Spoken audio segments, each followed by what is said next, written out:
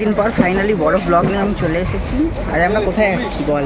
কল্যাণী বল পরে আর এখন বাজে প্রায় 9টার সময় ক্যাফে যাবো।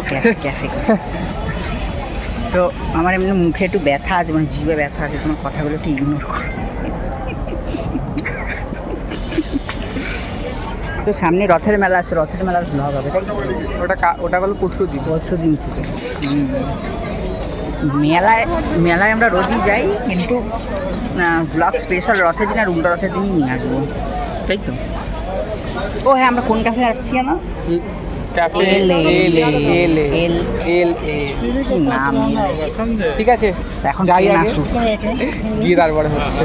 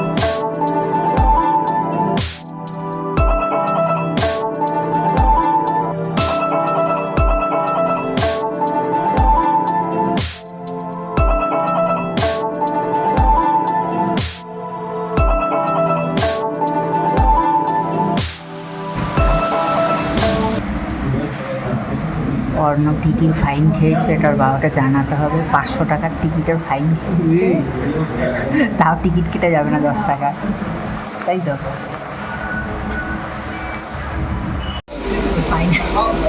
ফাইনালি খাওয়া দাওয়া হয়ে গেছে।